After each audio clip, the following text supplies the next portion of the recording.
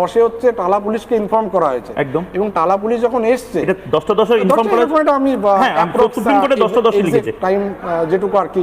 এবার ব্যাপারটা হচ্ছে পলি ম্যাডাম বারবার বলেছে যেহেতু আমি দেখে নিয়েছি, তো আপনারা ওখানে তো আধার কার্ড বা আপনাকে ব্রড ডেটে সাইন করতে হবে, দেন আমি ওইটাকে ব্রড ডেট হিসাবে ডিসি লিখে পোস্টমর্টের জন্য প্রিপেয়ার করবো, এটা নিয়ম।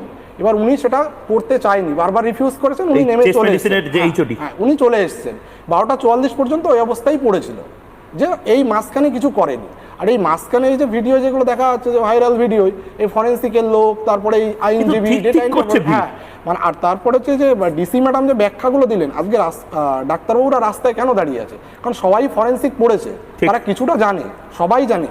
কিন্তু এই যে বলছে 51 ফুটের ভেতরে 40 ফুট কর্ডন আপ করা আছে, এটা কোনো পুলিশ অফিসার কি করে বলতে পারে যে বাকি 11 ফুটে কোনো কিছু হয়নি বা কোনো ফুটপ্রিন্ট নেই?